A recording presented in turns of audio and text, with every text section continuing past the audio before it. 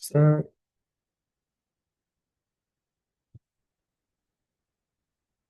share the screen. Okay, perfect. All right, so the sequence so far with classification and regression started with using the iris dataset to build a classification model.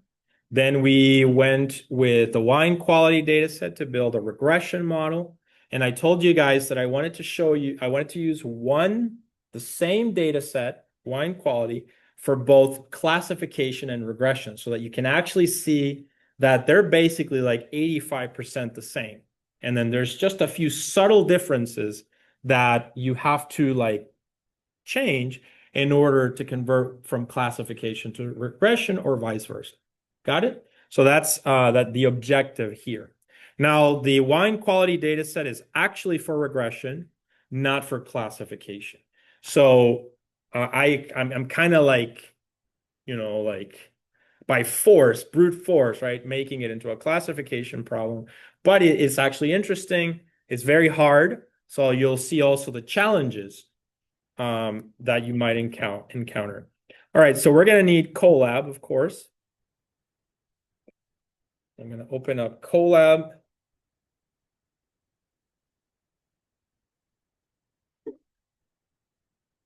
New notebook.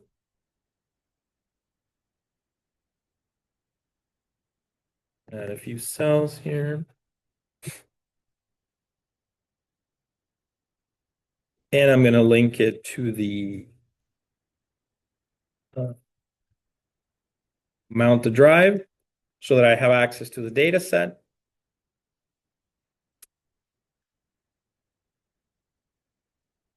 Okay, here we are. I need to find the wine quality data set so I can, here it is, use it, copy path. All right, I'm just going to paste it in down here. All right, so some of this will be very similar. I'm not going to export with Onyx, but that would also be very similar. Okay. So it's this Jupyter notebook here, classification, PyTorch wine. I'm going to need ML extend, but I'm not going to import the Onyx files.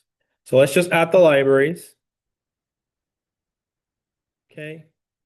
So the same ones, NumPy, Torch, Pandas, same approach. Okay, good. Then these for the data loaders, data sets, a lot of the same things. And the metrics. So because this is classification again, we're going to use the F measure, precision, recall. I still need to do a lecture sometime in the future of these equations, right? So that's coming up. Okay.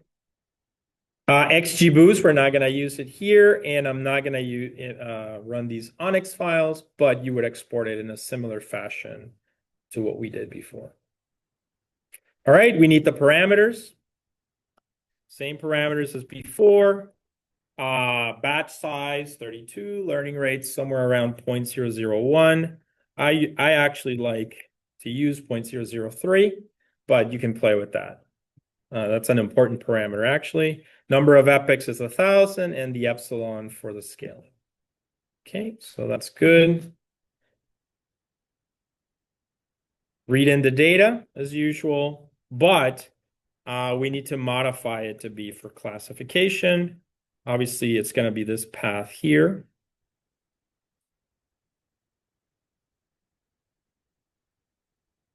Okay, so there you are.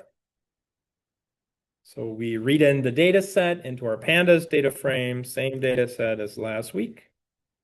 And now we can print it out.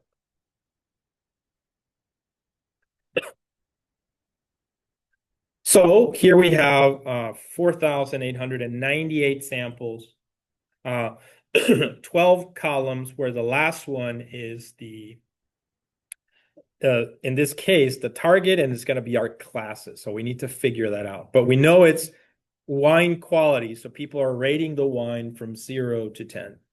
We know that the variables in question are acidity, residual sugars, sulfur dioxide, density, pH, sulfates, alcohol. So here's an example of NIO, actually. Let's say that you want to produce, in this case, it'll just have one variable, a quality of 7. What would be the input values that would produce that? Do you see that? So then it might say, oh, well, then alcohol actually needs to be 11.2, but sulfates need to be 0.5, and citric acid is 0.29. Do you see that? So it's almost like it's giving you the recipe that you need to plug in there to produce the wine quality that would meet a metric of 6. Now, it could be that wine tasters would have other metrics, like they'll go like smell. The smell has to be 3 for whatever reason. And the taste, the sip has to be cold. I don't know, something like that. But you get what I'm saying, right? So you want these outputs. So what are the values that generate that? Because it can vary. And so that's what NIO gives you. All right. It's kind of like it's an inverse model, if you will, or something like that. All right. So we've done the data frame. We've looked at the data. Now, we do the correlation matrix. We just want to get a sense of the variables. So I always do this. We're going to run it here.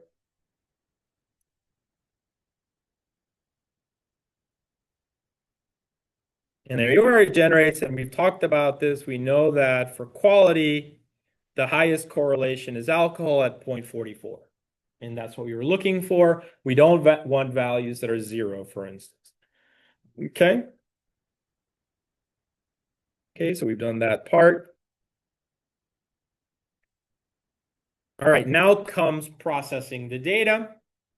Notice everything so far has been exactly like the regression problem, right? And there's just a few subtle differences. So we convert it to NumPy. Now we're done with pandas. So we are back converting it to NumPy. You can print it if you want, and it's going to just look like that. I want to print the shapes, right? So that's really important. We are looking at tensors, these matrices. So I want to, for the purposes of machine learning, so I want to see the value. So I have 4,898 samples, 12 columns, and so on. Same thing, I'm going to slice the data. You guys remember this? So I need as in the word problems, I need my X and Y vectors, have them there.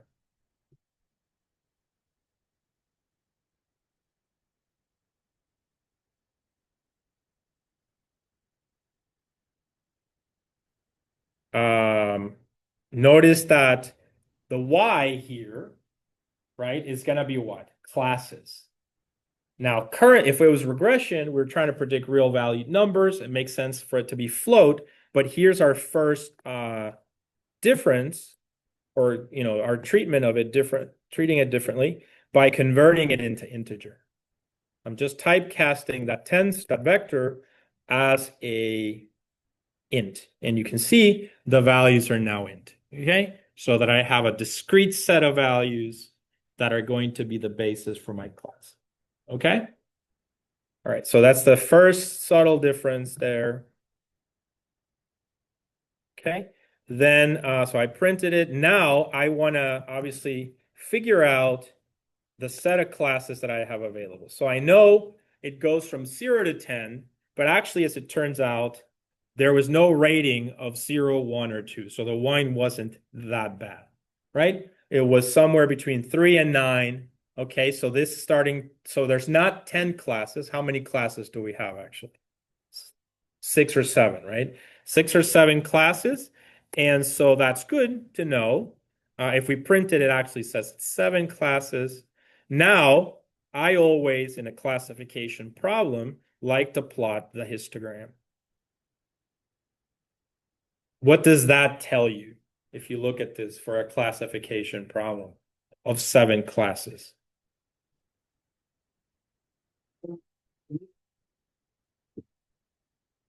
Or samples, yeah.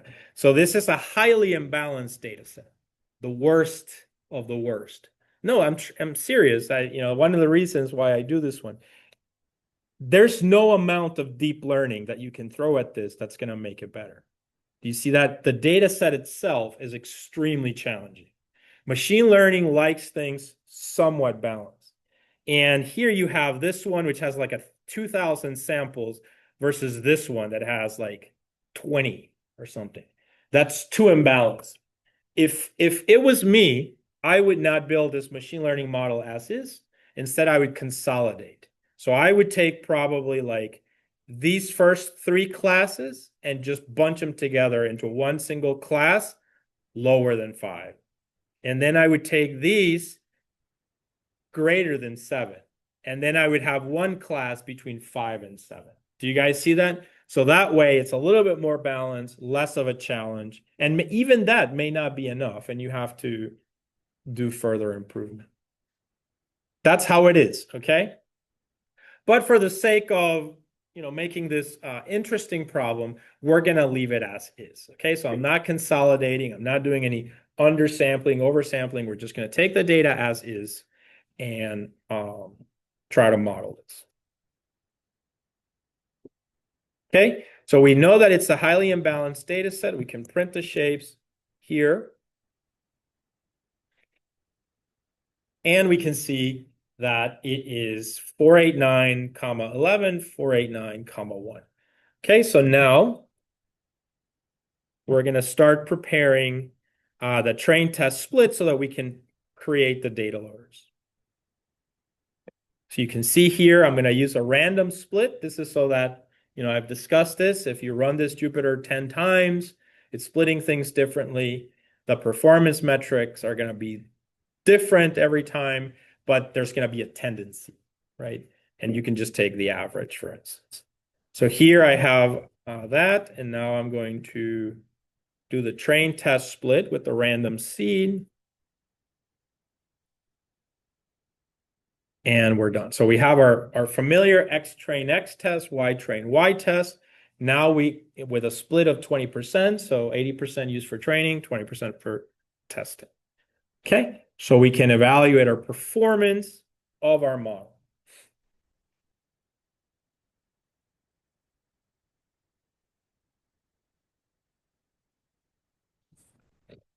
Okay, so now you can print the shapes. We can just see them here. They make sense. There's the whole issue with float 64, if you remember. So serializing, I always say that, quantizing, which is the term. So we want to change them to float 32. Notice that we're leaving the y's as they are at integer 64, which is a long.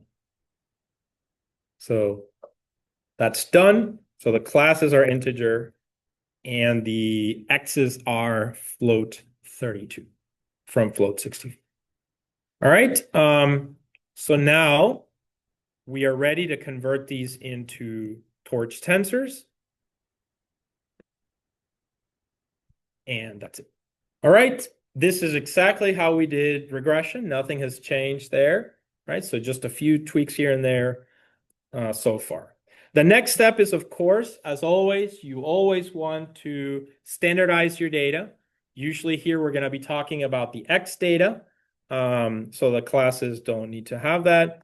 Because you're deploying, right? So now you see why I've insisted so much on this deployment thing, right? Because, on this approach to getting the standardization.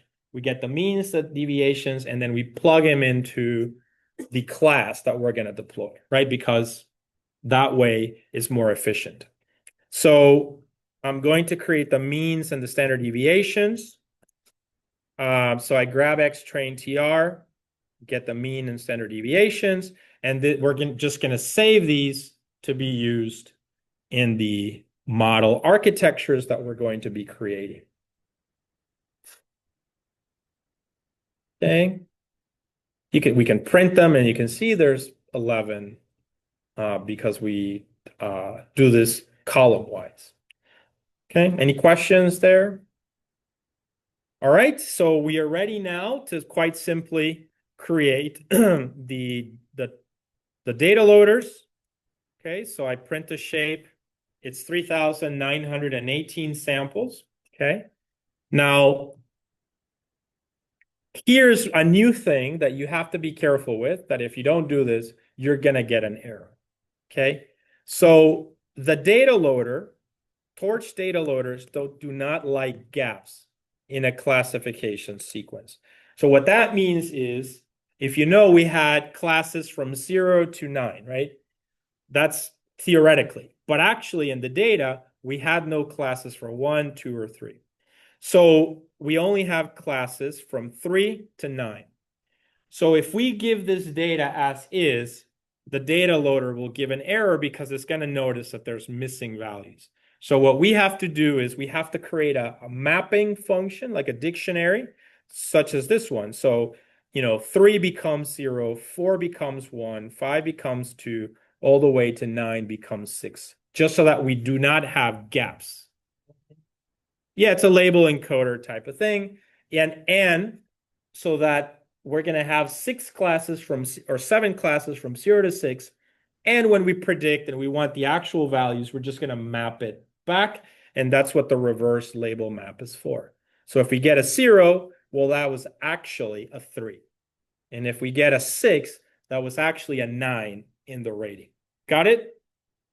Again, we just do this because since we're using a data loader, the data loader will complain about this. But that's essentially the idea. So we just create this little label map for the classification. All right, once that's created, that's it. So now we are ready to create the data loaders. If you notice, I have shown you 2 ways of creating data loaders. In the regression, we just created a tensor. But in the first iris classification, we used a list of tuples, where we had in the tuple the vector input and then the value of the class. So this time around, I'm going to take the same approach. So I'm going to create the 2 lists of tuples. Notice how it works. So it's a list comprehension. So for I in range, X train, right? So all the samples in X train, and then we just essentially in the list, we just create these tuples, right? Notice that the first element in the tuple is just that first row of 11. And then here we have the value itself, the integer class. Okay, so that's why we do X train, Y train dot item. So it's not a tensor, but just a value. But also we have to run this value in the label map. Because if it's a 3, what's going to happen? It's going to become a 0. If it's a 4, what's going to happen? It'll become a 1, right? I'm using the label map over here. Is that clear, guys? Questions? All right, great. So yeah, so that's, just this is pure simple coding, nothing more than that. So let's run this guy. We have our list now. And the beauty about this is once we have our list of tuples, then this is going to fit nicely into our data loader without much problem. So I need to create one for train and one for test. Okay. So here, we can print an example, but you guys get the idea, right? So we have the vector of 11 and then its corresponding class. Got it? All right, great. And now if you notice, we are ready to create our data loader, which will do, make our lives super easy down the pipeline. So I use Torch utils data loader. And for this is going to be the train DL. So I give it wine train list, which is this one over here, a batch size of what? 32, I think we specified. And we shuffle the data. So every time we start a new epoch, we shuffle the data and we feed it. Okay. Any questions? Pretty easy, right? So this is what I was saying. So hopefully at this point, it's starting to seem repetitive. You know, it's a lot of things you're starting to see how they're kind of the same. There's a format, and that's what you want, right? That's what you want with, you know, you want to master these things. You don't want to memorize them, but you see that there's always this pattern. And this gives you comfort as you have to build more challenging things. Okay, so we built the train DL. So now, you know, there's 980 samples in the test one. We're going to create it as well. Notice that here, we only really need to feed the data in batches for training. You know, imagine you could have a million, a trillion, whatever. So you obviously want to do it in batches. For the evaluation, it's never going to be a lot. So notice this is important. Batch size here is all test data, where all test data is what? Just the number of test samples in X test. So there's about 980, I think, test samples in X test. So we're saying that we're just creating one batch of 900 samples, all of them. This is a common pay attention, make a note of this if you'd like. This is a common mistake I see students make whenever I look at their homework assignments. They leave this as batch size. What's the problem with that? They'll write some strange code and some kind of for loop, and as it turns out, when they give me the performance metric, it's only of that last batch of 32. So even if they had 1,000 test samples, they only calculated F1 measure, etc., for the last batch of 32. Do you guys see that? So don't make that mistake. The solution is quite simple. Give it the entire data set here, and then it's just going to grab one batch, and it'll evaluate performance over all 1,000 samples. Got it? Otherwise, because I'll look for that in the homework, and I'll know, well, actually, let's say you were competing. Let's say we're doing like a competition. The winner gets $500, right? Well, you come in and you say, hey, my F1 measure is 89, and that's the highest, right? But then I look at this, and someone did it with all test data, and you did it with batch size of 32. Who do I give the prize to? The other person, right? Because they did it more correct than you. Do you see that, guys? So pay attention to this, as this is quite common. All right, but otherwise it's the same. We give it wine test list. We shuffle the data using a data loader and so on. All right, so we're ready there. Okay, and that's it. We have our train DL. So we're ready. Now we can move on to we're almost there actually. Now I just have two examples of two architectures and the training loop. So let's look at the first one. So this is one. If you notice, the differences between regression and classification have been very minor. Obviously here, it does change a little bit. And that's what we need to identify, right? So I'm doing an MLP. What's an NLP? An MLP, multi-layer perceptron, is where you have one input, one hidden layer, one output, okay? Essentially. So notice, very repetitive at this point. You create a class. It inherits the NN module. It's got two functions, the init function and the forward function. Exactly the same thing as before. We have our super init class to instantiate the inherited class. We provide X means and X deviations, which just become constants now in the model itself. And then here comes the architecture. Notice that we've done this before for regression. And what was different about it? Well, we had 11 as input. That didn't change. We can have however many layers we want in between. But for regression, the output in a single output regression was always what? 1. Do you remember when we did this? Wine quality for regression, the neuron was 1. Here, the neuron will be 7 because there are 7 classes. Okay? Another thing is softmax, right? So classification problems will have that final function of softmax, which regression does not have. As far as the activation functions, we can use activations. All right. So let's take a look at this.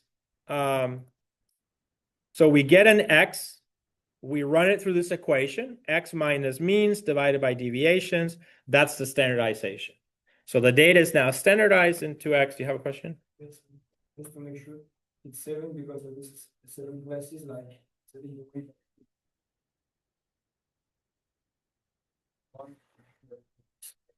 That's exactly right. That is exactly right. Good. Yes, there's 7 classes, right? From 0 to 6, because 3 had no values whatsoever, so we dropped them. Yeah. So x goes into linear 1. So that means from 11 to 5, right? So 11 to 5, and we'll draw the diagram in a second.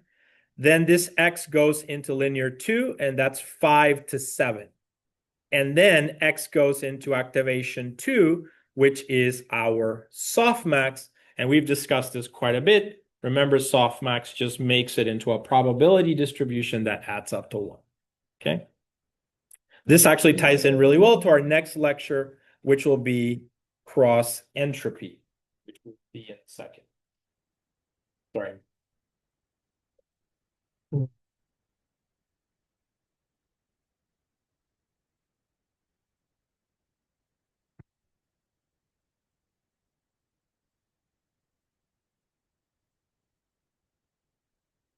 Okay, so we built this architecture. Let's take a look at it in diagram form. So it's 11 to 5 to 7, right? So we're going to switch over to the whiteboard.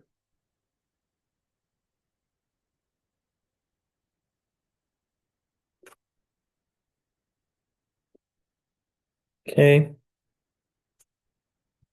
So what does it look like? It's 11, just like before. This is the input layer. 1, 2, 3, dot, dot, dot, 11. It's an MLP. What's the next one? 5, I think, right? 5. Yeah, so we have 5 neurons. And then the final layer has 7 classes. 7. Okay? We run these through activation functions. So that means that vector of 5 needs to go into an additional function which modifies the values. ReLU. We've already talked about ReLU. It's the hockey stick. And then this goes into our softmax function, right? Where this is this might be like a probability distribution, 0, 1, 0, 1, dot, dot, dot. And one of these should be pretty high or something like that. And that's the predicted values, which we're going to compare to the real values. You see that? And optimize this via cross entropy. Got it? All right. So that is what this MLP looks like. Let's share the screen again. Okay, so run that. Okay, and then once that's done, as far as the architecture, I'll skip DLNet for now, and I'm just going to move to the train loop. And if you look, the train loop is literally the same one as regression. There's nothing different, right? We look over here, a function train loop, it takes number of epochs, model, loss FN, opt. We have 2 for loops, one for the number of epochs. Remember, we're showing all the data to the model and epochs. And then all that works so that we can do this, which makes our lives easier for XB, comma, YB, and train DL. So we grab batches. Okay. This batch is 32, comma 11, and this is 32, comma what? 1. 32, comma 1. Got it? 32, comma 11, because there's 32 batches and vectors of 11. 32, comma 1, because there's 32 batches, and 1 because that's the label. The 7 or the 6 or the 5. Okay, so XB then goes into model. It predicts Y pred. Keep in mind, interestingly, Y pred is what? 32 comma 1 or 7? 7. So this vector here is 32 comma 1. This one is 32 comma 7. We're going to give both Y pred and YB to the loss Fn, right? So if we were in the past, we had to make sure that both were 32 comma 7. But nowadays, PyTorch knows that this is like the approach people prefer. So the cross entropy function that we developed, that we're using, expects that the predicted tensor is 32 comma 7 and the real data is 32 comma 1. And then it'll just process it correctly inside with its own code. Got it? Yes, sir.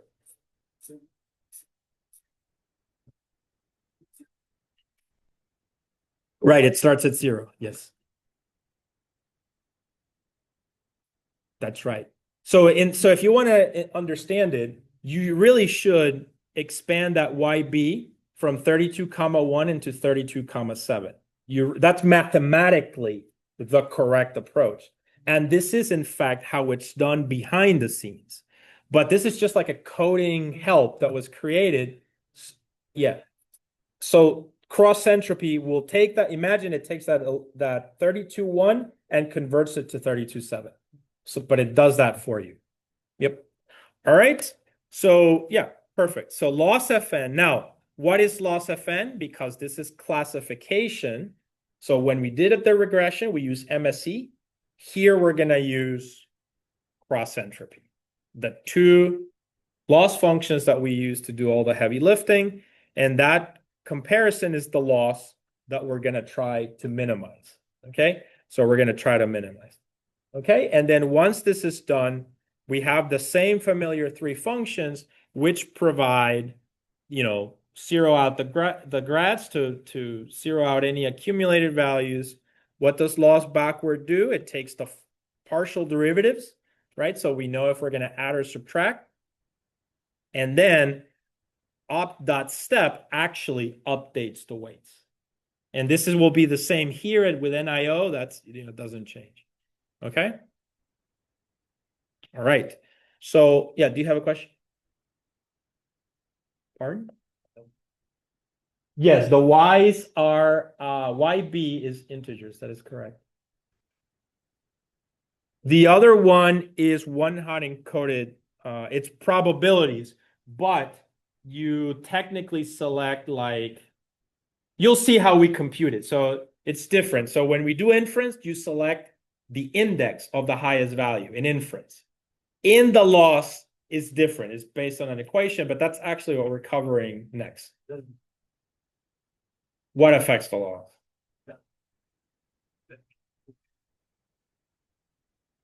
The model will predict float, but the real values will be integers, and it'll just compare them. Yeah. So yeah, but you'll see that in the next lecture, actually. All right, so essentially the same function. So that's the function, and now we can proceed to train.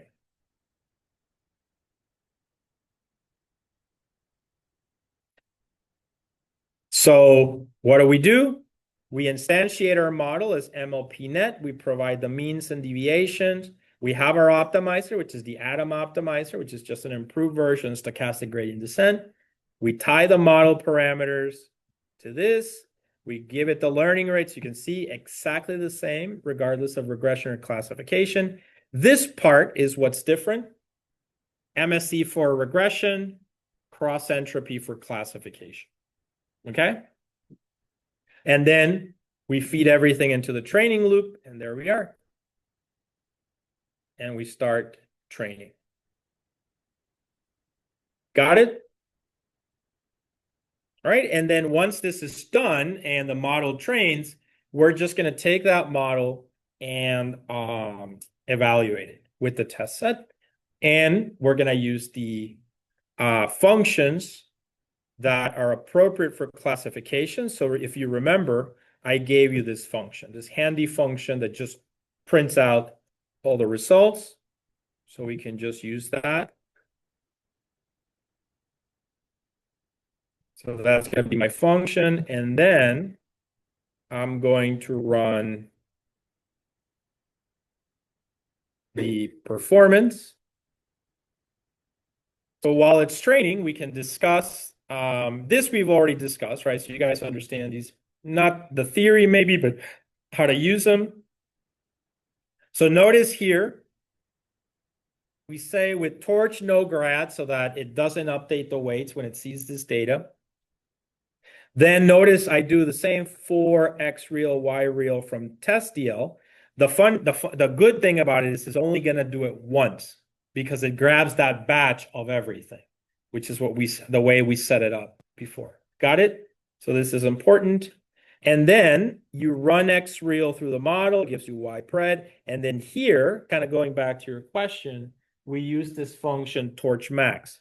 So out of those probabilities in the probability distribution, maybe one's going to be like 0.95, and that's the highest.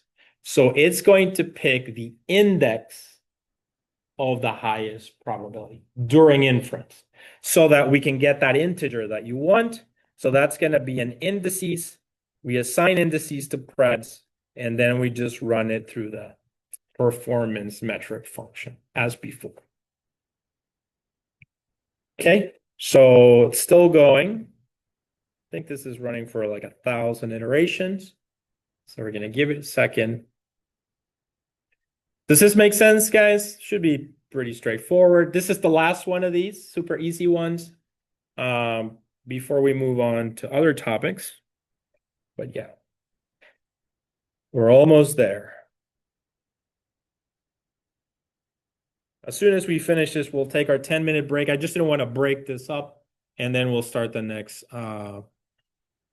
topic, which is cross entropy.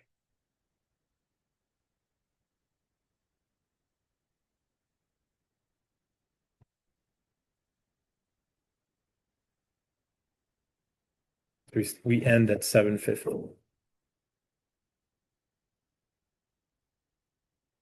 Okay, so it finished training. Okay, so now we can proceed to load the performance function, and now we run the evaluation. What do you think? So if you look at this performance metrics, what would be your analysis?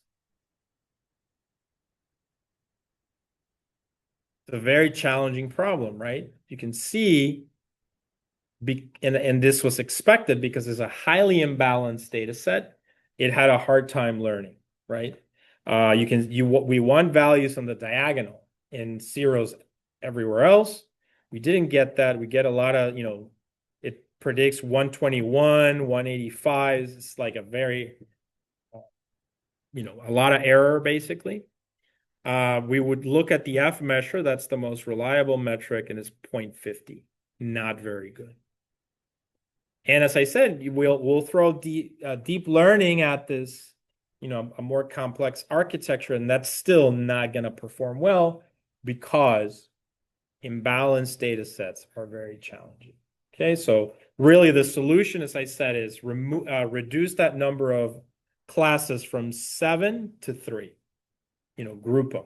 That would be a better approach. If, this is the kind of thing you discuss with your client, and if they're okay with it, jump on that because it's a lot, you can expect a better model than this, possibly. All right, so we did this one. Now let's just finish up with the DLNet, and then we can call this topic as covered. I need a new architecture. This one over here. Copy.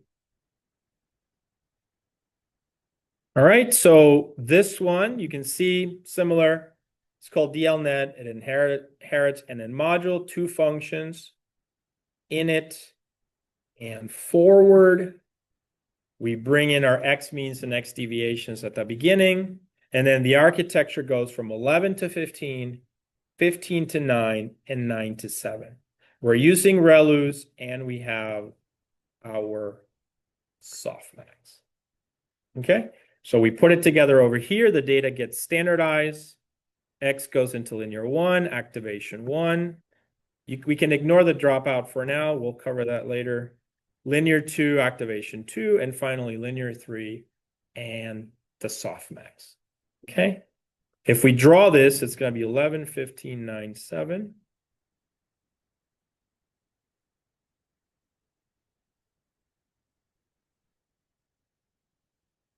Give me a yes. I guess for the.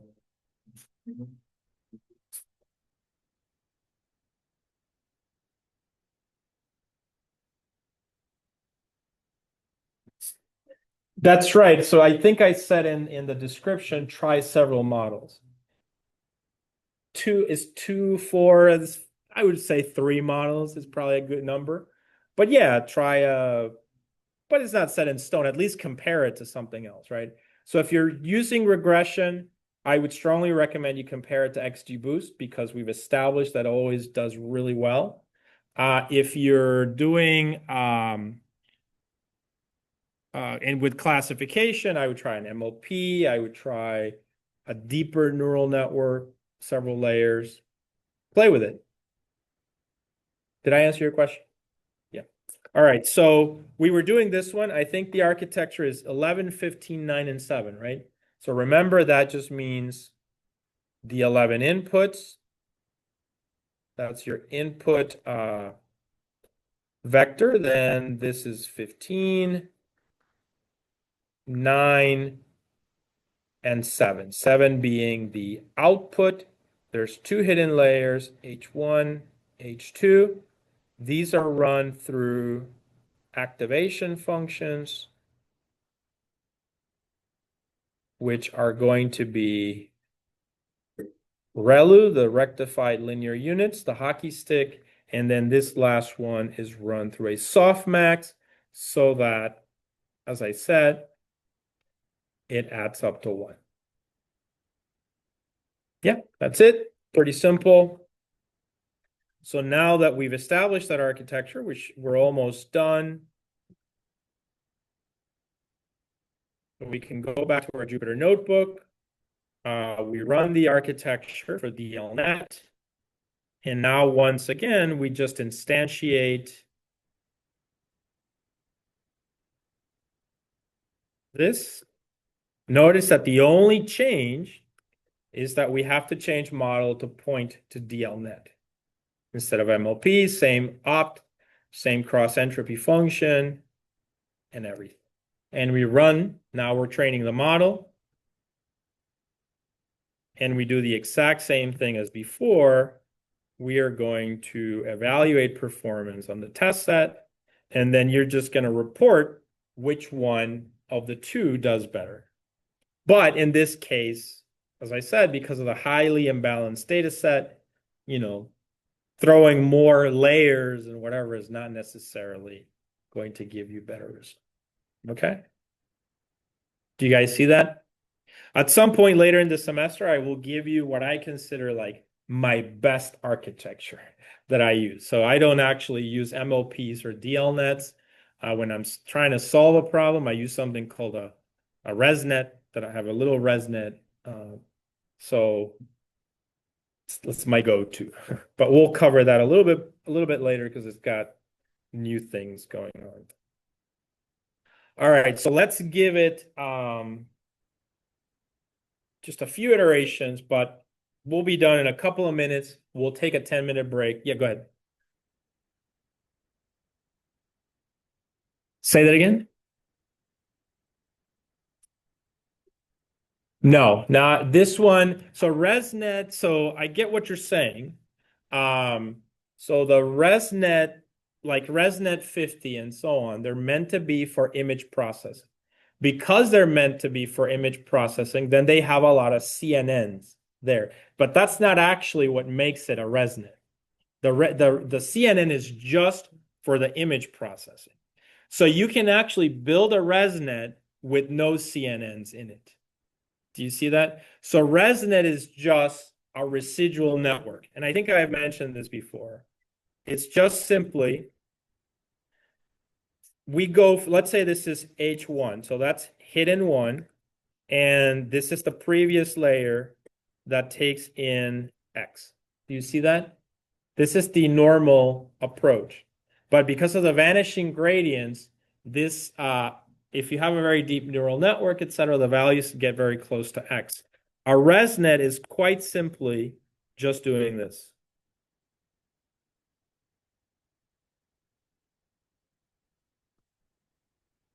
That. So the GPT, if you look very carefully at the GPT architecture, there was a place where it did this. And there's no CNN in the GPT, right? Did you see my point? Yeah. That's right. So the CNN is for, you have a grid type of thing, an image. So you always kind of want it, you have an advantage when you're throwing CNNs at an image, but that does not make it a residual network. And you can have a residual network with no CNNs whatsoever, such as the GPT that you have seen already. And I will give you, as I said, this architecture that I like to use for regression classification, which is also a ResNet. It's more stable somehow. It's like essentially that's what you're getting. And it's sometimes it surprises me that it does a little bit better. Got it? You get the difference?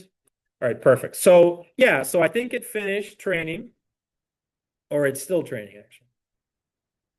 It's taking longer because it is a couple more, one more layer and more neurons. I'm also not using a GPU here. Okay, perfect. So it finished. Actually, the timing is really good. And let's evaluate performance. And as you can see, it's actually worst, right? But it's not, as I said, it's not the DLNet's fault or anything like that. I've never tried the ResNet on this, but I wouldn't even until I address the elephant in the room, as they say, right? And what's the elephant in the room? This. Until I address this, I'm not dealing with the other thing. So I would go back to the client and say, are you sure you want this? Because this is not a good way of approaching this. Can we consolidate? Do we have different data? Think about through that. Try to balance the data set as much as is possible without creating a fictitious data set and then go from there. Got it, guys? All right, perfect. So this concludes this set of Jupiters. We've actually completed now simple regression and classification problems. So we're done.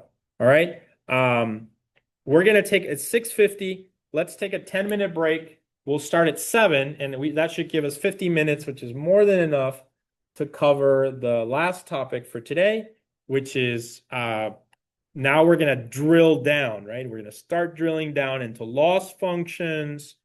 What is gradient descent? What is these derivatives? And actually, this ties into the project neural input optimization, where you need to create your own losses, which should be a fun thing. All right. So let's end the video here and take a 10-minute